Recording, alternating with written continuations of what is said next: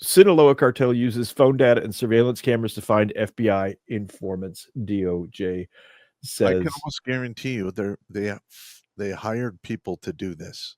Yeah. They brought them in with the expertise. Yes. So what does that tell us? That we know who those people are. And the way the American military has been for the last 15 years, I wouldn't be surprised if some of these people were Goodfellow trained or Watuka trained. Yeah. And if they are, those courses are hardcore and they work. And if you broadcast a signal for more than 6 seconds, we will find you. And your cell phone is always on.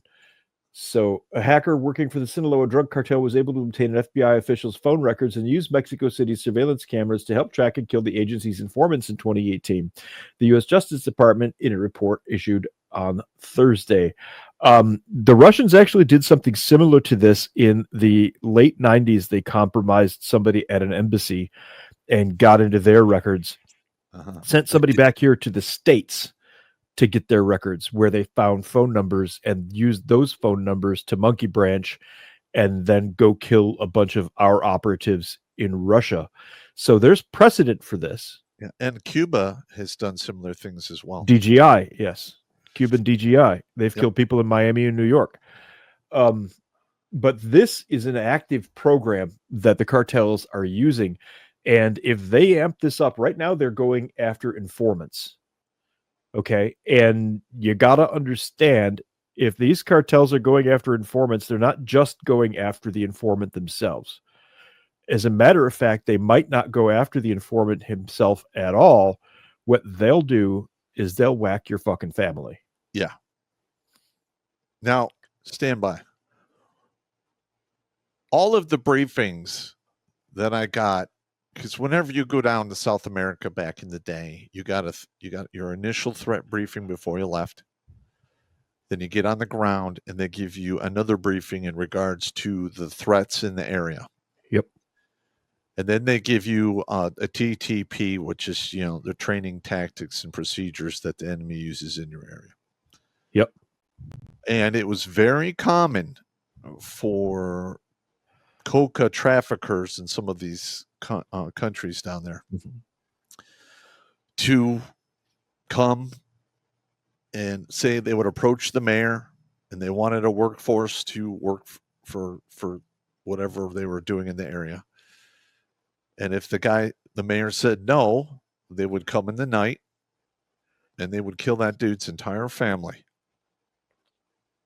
and leave him be. Usually, sometimes they'd kill him too. Yeah. It was one of their best terror tactics. We saw that too. And that was to set the precedence that you don't say no to us. Yes. And we politely approached you, but it was not optional. Yeah. And the guys who did that went to the top of the list for a 500-pound knock on their door. Mm-hmm. So that did happen. Yep. Well, that, and where was it in Mexico City that they went through like 30 people that were trying to run for mayor and they all ended up dead? The president of Mexico currently was probably installed by the cartels.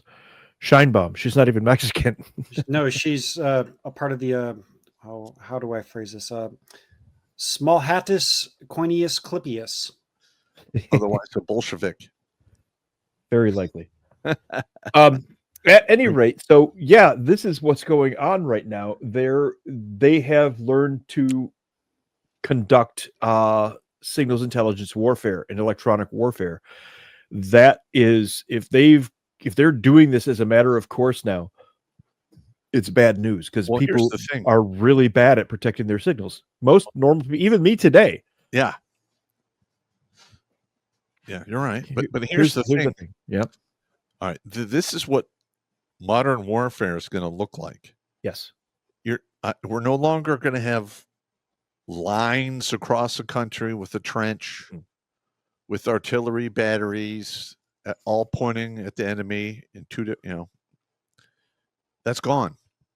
Especially with AI, drones, and some of the new technologies.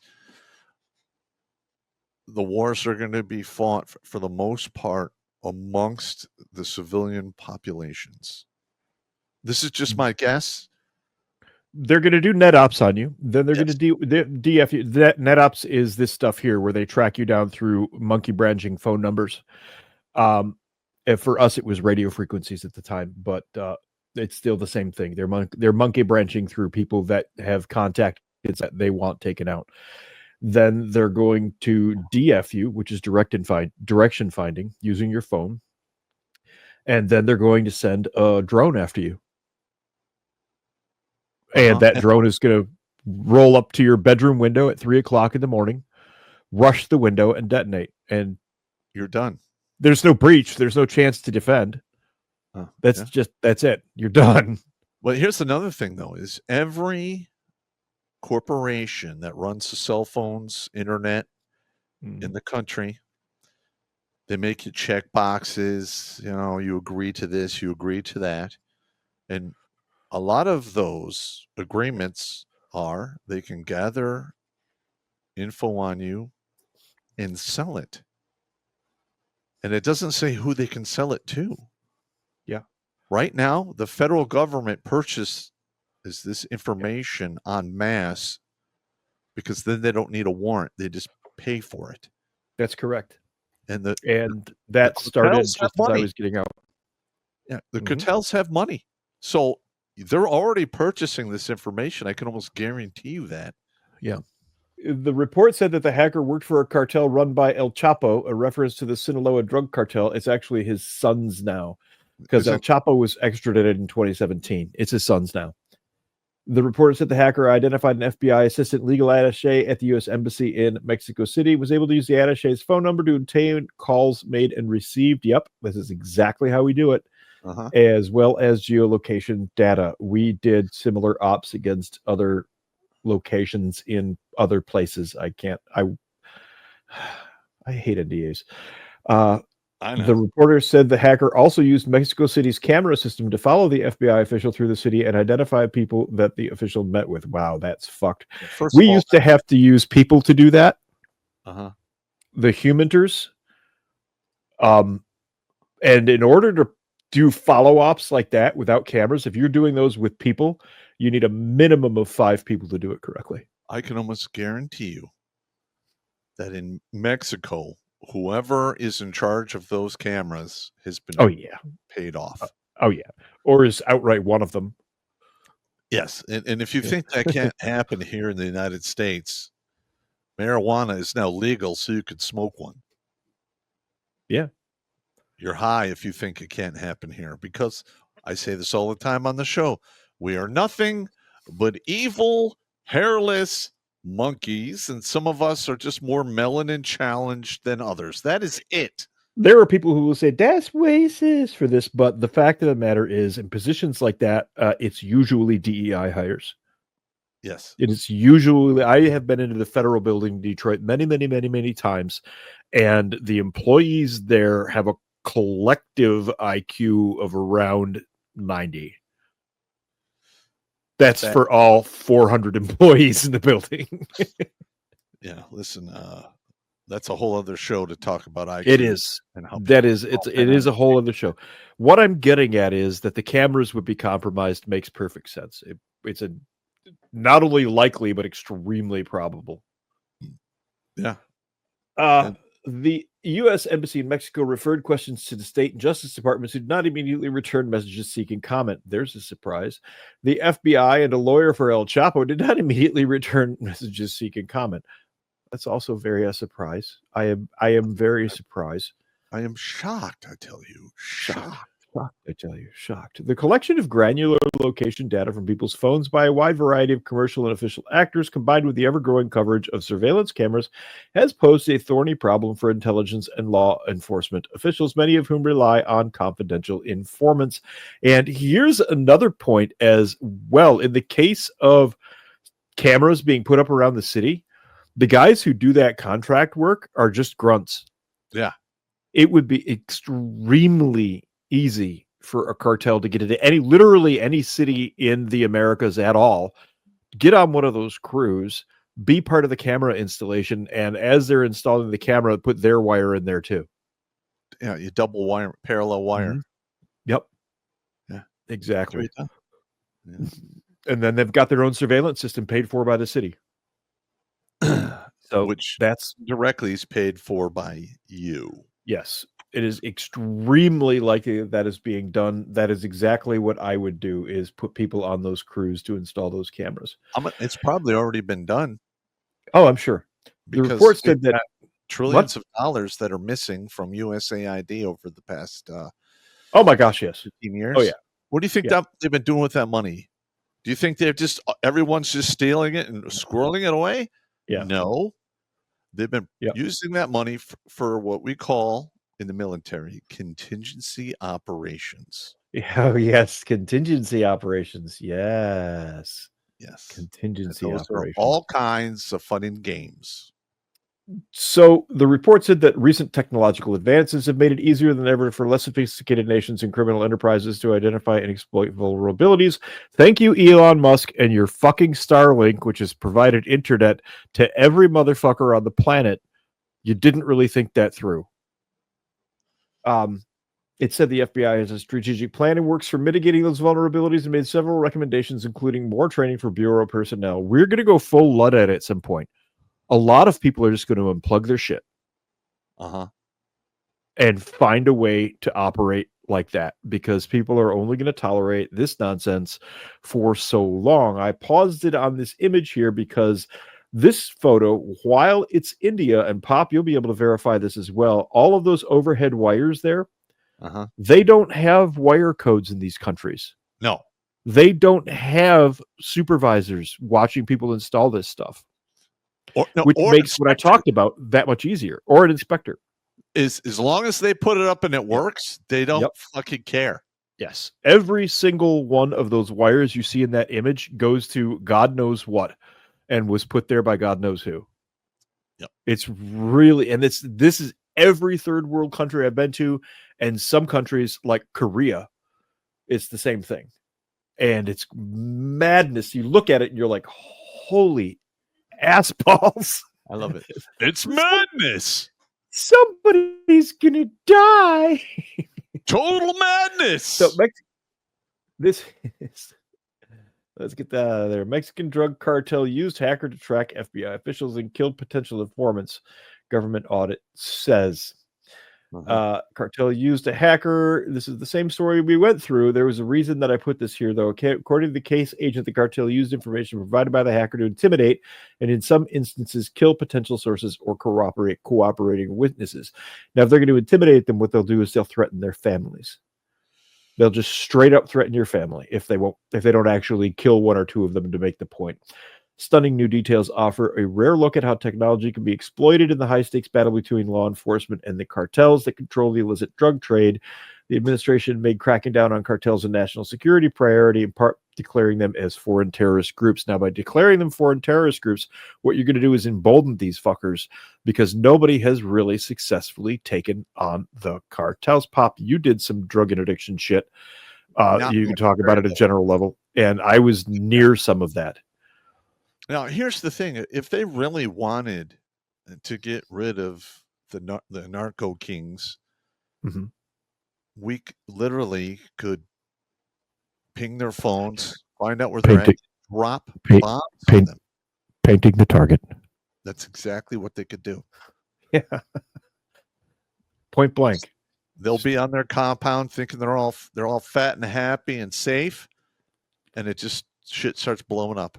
If you've seen the movie Clear and Present Danger, a bunch of guys up against the cartels, and they laze the drug lord's house and then drop bombs on it. That's just extremely real. Yeah. That's very, very real. We talked about that with the whole Iran fiasco and the Gulf of Hormuz stuff last week with the bombs that were dropped in Iran. I will bet you at least one of those locations, somebody was in there painting the target. Yeah, it was Mossad. Yeah. Yep. Or our guys working alongside of them. I myself, we're extra stupid like that. Yeah. No. If you're caught in there, you're donezo. Yeah. I mean, it's one thing if there's a formal conflict and they know everyone knows America is in the area, And Yep. if you get captured, yeah, I mean, they can still kill you, but your chances are a lot better. Yeah. If you're there, covertly, they'll just disavow you and you're done.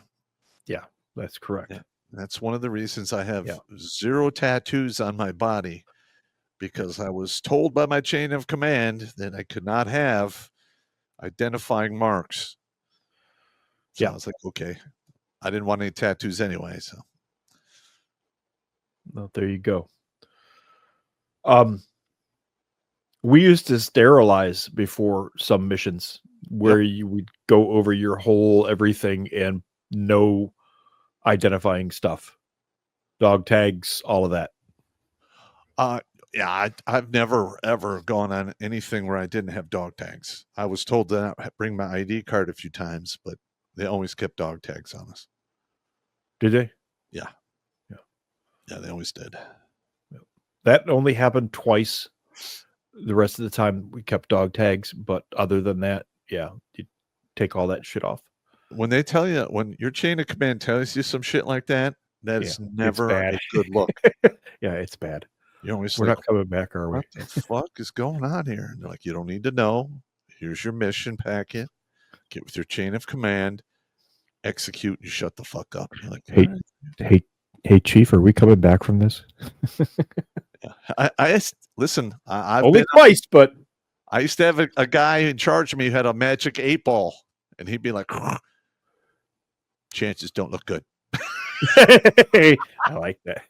Fucking I was just like, yeah, you could lie to us, I mean, no, I just tell you the truth. I'm sorry. Yeah, it's easier to just tell you the truth. So let me jack this up a little bit so you guys can see it. Pump up the violence. Okay, so here's the thing. This incident was disclosed in a Justice Department Inspector General's audit of the FBI's efforts to mitigate the effects of ubiquitous technical surveillance, a term used to describe the global proliferation of cameras, the thriving trade in vast stores of communications, travel, and locations data. What this means without saying it is extremely likely that the FBI didn't realize that this was going on until bodies started dropping. Yes. That's what that means. Here's another piece of technology that's really useful. Trail cams. Yeah. Oh, yeah. Because you can literally hook that up to, you could put a cell phone SIM chip in there, and it could connect to your phone. It's, I had a bunch of chickens killed a couple of weeks back, and my backyard now is trail cams and motion operated floodlights. Wired for sound. So yeah, I my chickens have a perimeter. But I did that as a guy just living in a semi-rural area for my chickens, okay? The point here is these guys are going to have some very sophisticated operations going. Well, in the beginning, they will. Again, we will, once bodies start dropping. Bodies have started dropping. This is bodies dropping. That's what we're talking about. I'm just saying, though. Okay. What's the date on this? This is yesterday.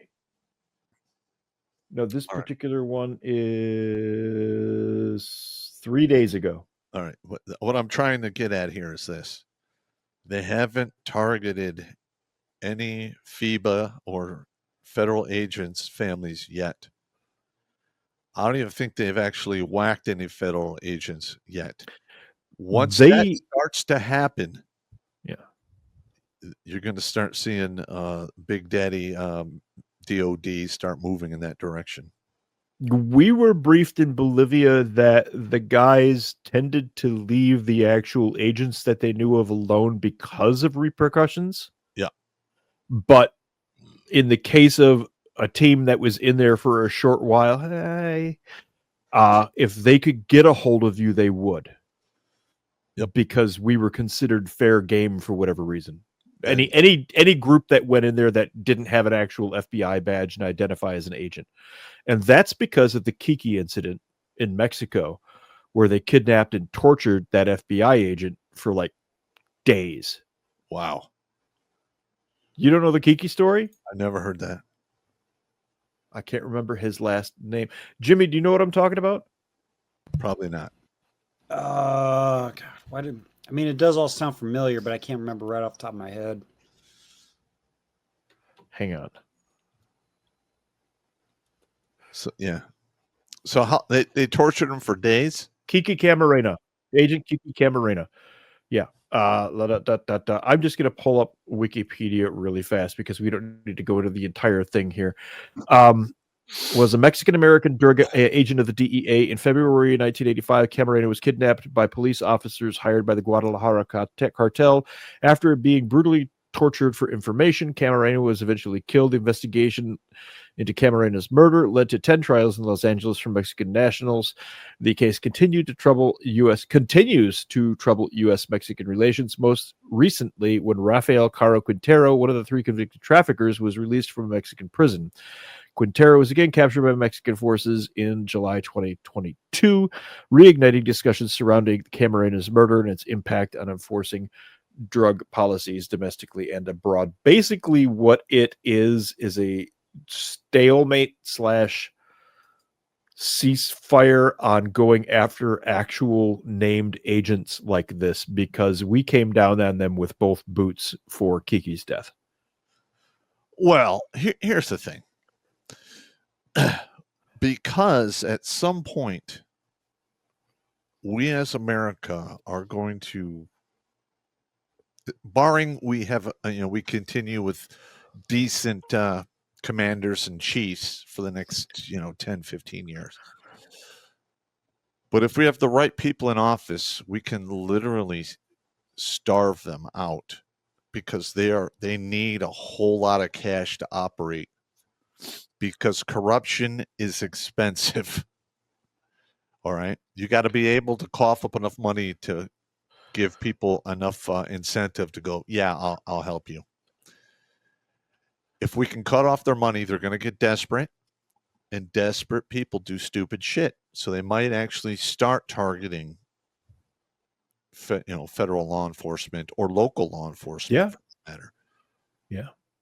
I mean, they already have a small army of mercenaries between all of the different cartel families that are operating in Mexico and in South America. No, we're going to touch on that a little bit later on here. Yeah. The thing is another thing that used to keep them in check is they used to fight with each other all the time. Yep. They're not really doing that much anymore. That started again. That's part of what's going on here. We're going to go into that as well. All right. The internecine rivalries have started again. However, Los Zetas, we covered this before, and it's actually part of I think it's Netflix. The Narcos series was actually, somebody mentioned in the chat, was about the Kiki Morena kidnapping, but there's also they show when Los Zetas is actually 2 battalions of the Mexican Special Forces defected back in, I think, at the early 90s, late 80s, early 90s. So they're like real serious soldiers. Stand by. Yeah. If that happened in the early 90s to mid 90s, those guys are done by now. Unless they trained some more people. They did. There are likely videos of them training. Yep. But here's the thing, though, and I saw these stats from the Schools of America. Mm-hmm. When they come to the Schools of America, which I don't even know if it's still open or not. That was at Bragg. Yeah, those guys, it used to be at Benning. Those guys would get trained up to the U.S. standard, which is the leading standard in the world for soldiers and special operations. And then they would go back to their own country, but each class that they trained, they became more and more ineffective. For whatever reason, it was only duplicatable for just a finite amount of time before it went. Here is why. I know why. Because our concept of standards is an ingrained feature of our culture, which is actually rapidly fading. Our generation, you and me, Pop, and then the one that followed, Gen Z, I think it is. I don't know, whatever. The one that followed. We were the last ones raised with standards of behavior, standards of society, standards of performance. When we went to work at 13 years old as a barback, I'm ice one way, empty bottles the other way. On the weekends, I had a job at the Hayloft in Shelby Township for like $2.25 an hour. What? It's not exist. I know that place where that place was. It doesn't exist anymore. No, it doesn't. It's called Coyote, Yeah. and it was up the road from the Horsey Gal. Yes. That's why you know what it is. At any rate, my point being, standards is a feature of our culture. It is not something that can be taught to somebody who has no concept of it. So they would go back and attempt to teach standards and have some success. Uh-huh. But then that generation would try to teach and have less success, and so on and so forth. Uh-huh. They don't have a concept of standards. It doesn't exist for them. Yeah, you're right. And that could wind up being their Achilles heel down the road as well. But all those guys from the Mexican battalions, the special forces, who defected in the early 90s. They're our age now. Yeah, which means they're bosses or dead.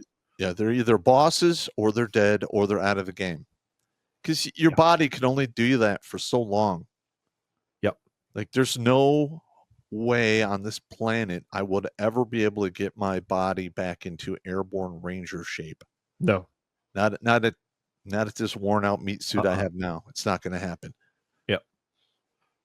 I could get myself down to a size where I could walk out the door of a C-130, but I would be a lot less effective. Yes. Yeah. Just not going to happen. No. Yeah, our days of effectiveness in that arena are long over. Now I fight up here with this. Yeah. The thinking meat. Yeah. So what is all of this about? These guys have successfully started engaging in special warfare, signals intelligence operations. This is exactly the stuff that I did that we're talking about here tonight. So I know how it works. I know it's extremely effective. And in this day and age, when everybody has a cell phone in their pocket, it's incredibly easy because you're constantly transmitting. When I was in doing our thing, the signals were analog, which means it was a radio plugged into batteries or what have you, and you key to mic. It's a different wave. Yes, it's a completely different wave. And you key to mic. If you keyed that mic for more than 6 seconds, we could get you. That's how I used to do dumb dogs. This is always on. Yeah. It's always on. You know, here's the funny always on. Is I have some of those Faraday bags, right? Yeah, me too. And just for shits and giggles, it was like 4 years back, I threw my phone into a Faraday bag. Then I put that in a Faraday bag. Yeah. And I didn't take it out for like a day and a half.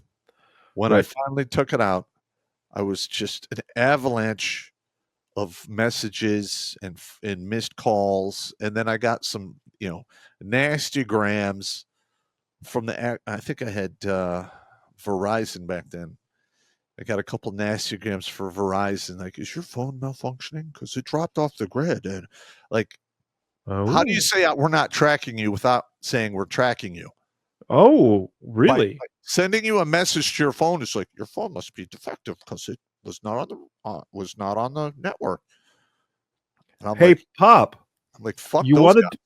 You want to do an episode where we live test this?